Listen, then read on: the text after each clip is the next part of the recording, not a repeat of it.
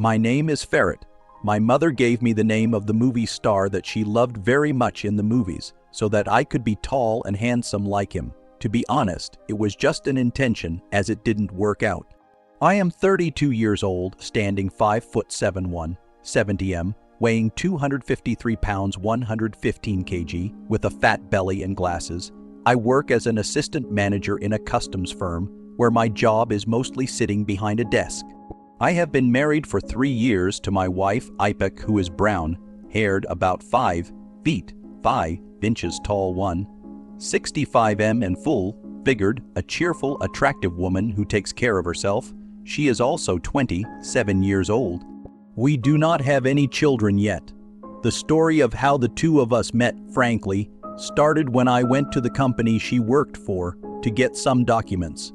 About 4 years ago, I went to get missing documents from a logistics company for a job that I saw as a chore.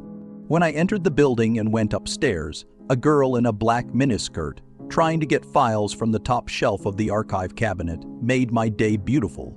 She showed me her beautiful legs. So that she wouldn't know I was watching her, I went back down the stairs, made a little noise, and came upstairs again. She smiled when she saw me. Maybe it was that smile that started our story. Afterwards, I was taking on all the work of that company just to see her. How many times did I order food to be friends with Erkan, who worked in security, and Samit from accounting? I was asking them questions and getting information about Ipek. I was asking questions to find out who she was and whether she was married or single. Erkan couldn't stand it. Finally, he said, "Good girl, she has been working here for about a year. I have not seen any mistakes. She dresses a little loosely, but for a young girl that is normal. I even heard that our boss had said to Ipek, amongst everyone, that if his boy was a few years older, he would take her as his son's bride. Their boss's son, Semi, was 18 years old at that time. I knew his father and him. He was a decent gentleman. A few days later, I gathered my courage and invited Ipek to have a coffee. She accepted, and we started dating in this way. During this time, her cheerful demeanor and kindness impressed me a lot. Especially those eyes, they melted my heart. I fell deeply in love with her. She found me funny. At that time, I was overweight just like now. My only chance to take her heart was my tongue and my sympathy. When I took her to meet my mother for the first time, my mother didn't like her. She said, "Son, this girl is naughty to you. She is very flirty." Despite all of my mother's negative thoughts, we both got along well. We were happy together. We got engaged and were married within a year. We were in a good marriage. We were understanding and loving towards each other. In bed, unfortunately, due to my problems, it was mediocre. The doctor said that if I lost weight, it would improve. It had happened occasionally when I was younger. Ipek was wearing nightgowns some nights, dancing, doing shows, trying to get Emsrilikia 1 to act. Our nights of success were hot. I felt that I could at least satisfy her.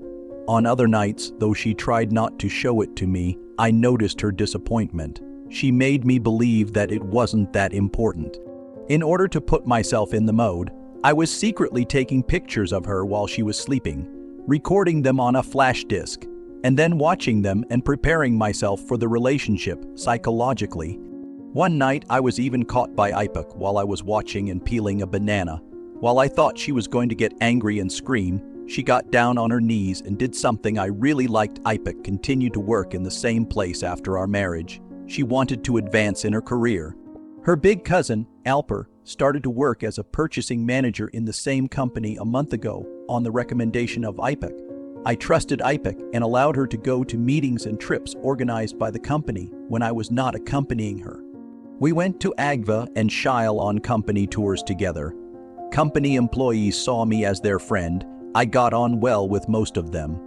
I never interfered with her dress or movements when she went to work, or when we went to visit some places. I liked her wearing miniskirts and dresses with slits.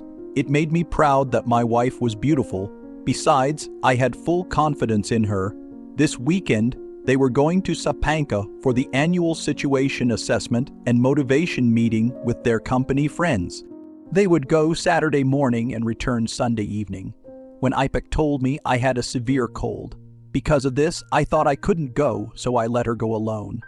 I had hoped that she would stay at home and take care of me, but it was in vain. On Saturday morning, my wife wore blue jeans and a white shirt. She had taken enough for 2 days. She came up to me and kissed me by the hair. "Goodbye, pumpkin. Take care of yourself and don't forget to take your meds," she said. I was a little offended that she had left me alone, but it wasn't right for me to be resentful. We both promised to support each other in our careers. When they arrived at the hotel in the afternoon, she took pictures and made a video call to show me around. It was a wooded, cute place with bungalow-style huts. It was situated between the mountains, and she was saying that we should definitely come one day. After lunch, I got bored of watching TV. There was no good program on for the weekend. I turned on my computer and started watching adult movies. You won't believe it, but after watching these movies, I came to life and my banana started to feel active. I went to bed to lie down and rest for a while, but I remembered the scenes in the videos and I was getting an erection again. I couldn't believe it.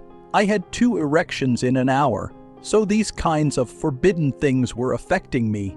It would be better if I didn't tell Ipek about these fantasies because she would probably divorce me. Even thinking about whether she had ever cheated on me, the effects of my cold had subsided. I wish I had gone with Ipek. Maybe the fresh air would have been good. It took an hour by car, and I had the company vehicle. I left the house with 1 pair of pants, 2 sweatshirts, and 2 underwear in my backpack. I didn't call to say I was coming because my intention was to surprise my wife. I set the navigation to the location of the hotel and set off. Luckily, the roads were calm and I arrived at the hotel in 1 hour. I told the reception that my wife's company was staying here and I wanted to find out her room number, if possible, and I would like to settle in the room. When the receptionist lady told me that my wife's company had reserved single rooms, specially reserved for seminars and meetings, that there was no place to stay in her room, I rented a separate room for myself. Of course, the managers and the boss were privileged. After I threw my things in the room, I went around looking for Ipek. While I was walking around, there were people sitting in the restaurant on the side facing the valley. I headed that way. When I approached, a group of 15 people was sitting at the tables together. Their bosses were speaking standing up. Ipek was among them. Ipek did not see me as she was sitting with her back turned to me. I sat at a table in the corner so that when their meeting would be over, I could go to them. No one I knew in the company could see me since I stayed on the opposite side. Her cousin, Alper, was also sitting next to Ipek. Alper was a 42-year-old married man with 2 children. I didn't like him very much when we first met, but he generally welcomed us and loved and protected Ipek. At one point, I saw that he had brought his hand down from the table and caressed Ipek's leg. I was not sure, thinking that I must have misunderstood, but he did it again. Frankly, I had a feeling of both anger and excitement. I didn't know what to do. Whatever was going on, it would be best not to explode. They ate their dinner there, too. He kept groping occasionally. I walked around the back and sat in one of the pergolas in the garden. I could follow them even from afar. I called my wife and asked how she was doing. After they had eaten, she said she would go to the room and call me soon. After about 10 minutes, they got up. It was 10 o'clock. After she had a quick talk with Alper, I followed her from afar as she went to her room. Everyone dispersed to their rooms. For once, I had my doubts. My phone started ringing. My love, how are you? The meeting has just ended. I just came back to my new room. My head is swollen. I'm better, my love. The drugs worked. I went out to buy cigarettes before the market closed. Are you okay?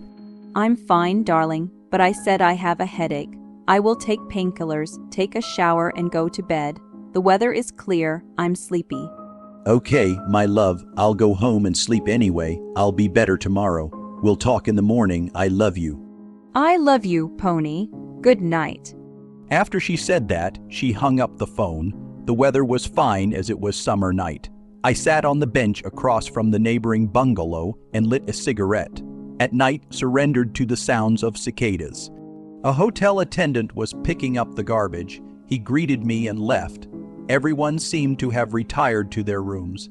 I was going to wait until the lights in Ipek's room went out and go back to my room. After taking a sip of the beer I brought with me, the lights went out.